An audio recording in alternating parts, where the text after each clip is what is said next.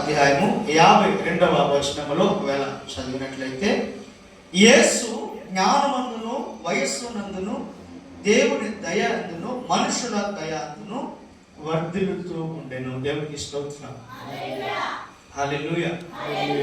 మరి ఒకసారి మనము వెనక్కి వెళ్తే, అంటే వెనక్కంటే మరలా ఆలోచన చేస్తారేమో, ఈరోజు ఈ వారం మనకు ఒకవేళ క్యాలెండర్లో చూస్తే 2వ ఆదివారం అయి ఉంటా ఉంది. చెప్పండి, 2వ ఆదివారం.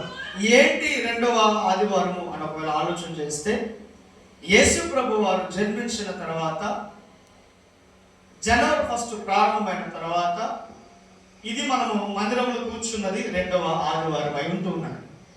ఒకవేళ మనము ఆలోచన చేస్తే యేసు ప్రభు వారి జీవితంలో కొరకు ఇక్కడ తెలియజేస్తుంది ఎలా అని అంటే, ఆయన పుట్టినది మొదలుకొని ఆయన ఎదుగుదలను గురించిన విషయాలు ఇక్కడ మనం పరిశీలన చేస్తూ ఉన్నాం. యేసు జ్ఞానమందును వయస్సునందును వర్ధిల్లుతూ ఉన్నాడంట. దేవుని దయలోను మనుషుల దయలోను వర్ధిల్లుతూ ఉన్నాడనంట. ఏంటంట చెప్పండి, ఏం చేస్తున్నాడు ఆయన? అభివృద్ధి పరచబడుతూ ఉన్నాడు. ఎందులో అంటే, ఎందులో ఆయన డెవలప్ అవుతూ ఉన్నాడు అంటే, తన వయస్సులో ఆయన డెవలప్ అవుతూ ఉన్నాడు. ఆ తర్వాత దేవుని దయలో ఆయన డెవలప్ అవుతున్నాడు. దేవుని దయ ఒకటే కాదు కానీ లోకంలో మనుషుల దయలో కూడా ఆయన ఏం చేయబడుతున్నాడంట? వర్ధిల్ల చేస్తూ ఉన్నాడంట. దేవునికి స్తోత్రం. హల్లెలూయా. ఒకవేళ మనం పరిశీలన చేసుకోగలిగితే, సహజంగా ఇప్పుడున్నటువంటి యవన ప్రాయంలో ఇంచుమించు ఒక 25 సంవత్సరాలు అనుకుందాము, లేదా ఒక 30 సంవత్సరాలు మనం సరదాగా మాట్లాడుకోవాల్సి వస్తే, మనము అందరికీ నచ్చాలి అని రూల్ లేదు కదా. చెప్పండి, కొంచెం గడి చెప్పండి. మనం ఏమనుకుంటామంటే, 10 మంది మనం ఇష్టపడితే ఒక 20 మంది మనని అసూయపడే వాళ్ళు ఉన్నారు అని. 10 మంది మనల్ని ప్రేమించేవారు ఒకవేళ కలిగి ఉంటే, ఇంకొక 10 మంది మనకి నష్టం చేసేవాళ్ళు ఉన్నారు అని మనం అంటాం. దేవుడు ఏం చెప్తున్నాడంటే, ఇక్కడ దేవుని దయను పొందుకుంటూ ఉన్నాడు, మనుషుల దయను కూడా పొందుకుంటూ ఉన్నాడు. ఒకవేళ మనం ఆలోచన చేస్తే, ఆత్మీయ జీవితంలో చాలా మంది వ్యక్తిగత విధానంలో జరిగే కొన్ని క్రమాలు ఏంటంటే, నేను భక్తిపరుడను, నేను విశ్వాసిని, నాలాంటి భక్తిపరుడు ఎవడో ఉండని చెప్పి మనుషులందరూ ఏం చేస్తారంటే, ఒక మనుషులు కొంతమంది విశ్వాసులు ఏం చేస్తారంటే తమ ఎదుటి వారిని గాయపరుస్తూ ఉంటారు. దేవునికి స్తోత్రం. ఒకవేళ నేను పాడగలను అని అంటే అవతల వాడి దగ్గరికి వెళ్ళి, ఆయన నువ్వు పాడలేవురా అని చెప్తూ ఉంటాను. ఇది ఇలా తప్పు వచ్చింది అని చెప్తూ ఉంటాను. ఒకవేళ నువ్వు చక్కగా డ్రెస్ వేసుకోగలిగితే నీ పొరుగువాడు ఆయనకి ఇది బాలేదా అని చెప్తూ ఉంటాం. దేవుడికి స్తోత్రం.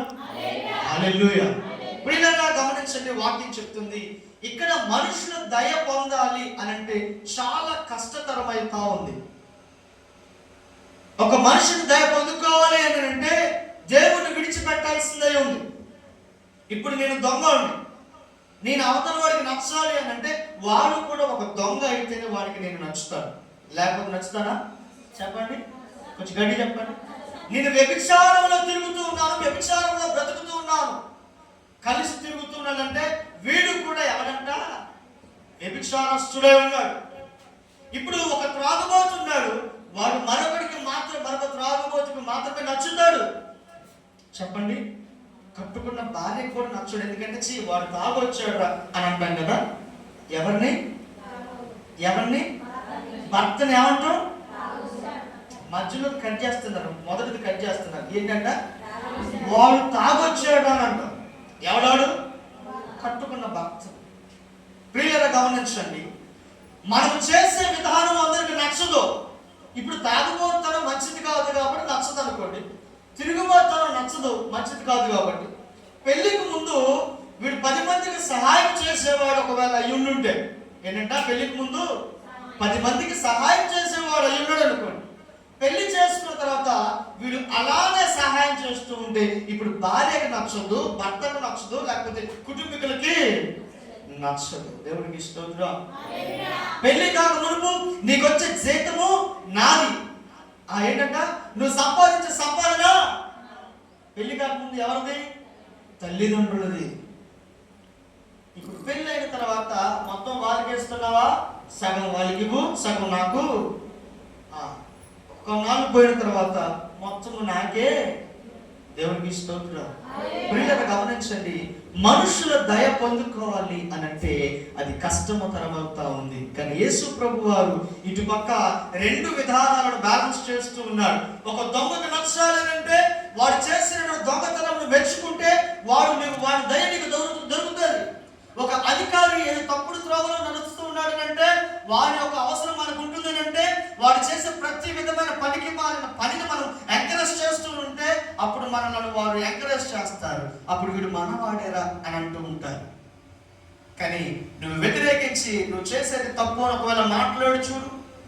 చాలా హాస్పిటల్లో జరుగుతున్న విషయాలు, చాలా ఆఫీసులలో జరుగుతున్న విషయాలు ఏమిటంటే, ఒకవేళ మెరిట్ కావాలి అని అనుకుంటే, ఒకవేళ ఉద్యోగం ప్రమోషన్ కావాలి అని అనుకుంటే, జీతము పెంచబడాలి అని అనుకుంటే ఏం చేస్తారు తెలుసా? అధికారముగా ఉన్నటువంటి వాడు ఎవడైతే ఉన్నాడో వాడితో పాటు ఈవిడ పడుకుంటే గానీ ఆవిడకి జీతము పెంచదు. అది షాపింగ్ మాల్స్ లో ఉంది, అధికారంలో ఉంది. ఎక్కడికి వెళ్ళినా కూడా ఇటువంటి పనికి మన పనులు ఉన్నాయి. దేవునికి స్తోత్రం. అధికారికి నచ్చాలి అని అంటే వాడు చెప్పినట్లుగా మనం చేయాలి. దేవునికి స్తోత్రం. ఒక అధికారి, ఒక ఉద్యోగం కావాలి అని అంటే పై అధికారులు చెప్పినట్లు మనము చేస్తేనే వాడికి మనము నచ్చుతాము. దేవునికి స్తోత్రం. ఇప్పుడు ఒక మాట చెప్తాను నేను ప్రియులారా, మీకు అర్థం కావాలని. ఒక ఉద్యోగం కోసం పోరాటం చేస్తూ ఉన్నాము, వాడు అడిగిందల్లా చేసి మన జీవితాన్ని మనం నాశనం చేసుకుంటూ ఉన్నామని అనుకో. రెండోసారి అది కాదు, నెక్స్ట్ ఇంకొకటి కావాలి, ఇంకో దగ్గరికి వెళ్ళు, అక్కడ మనకి ఇంకొక ప్రమోషన్ కావాలి, లేకపోతే ఉద్యోగం కావాలి అనుకోండి.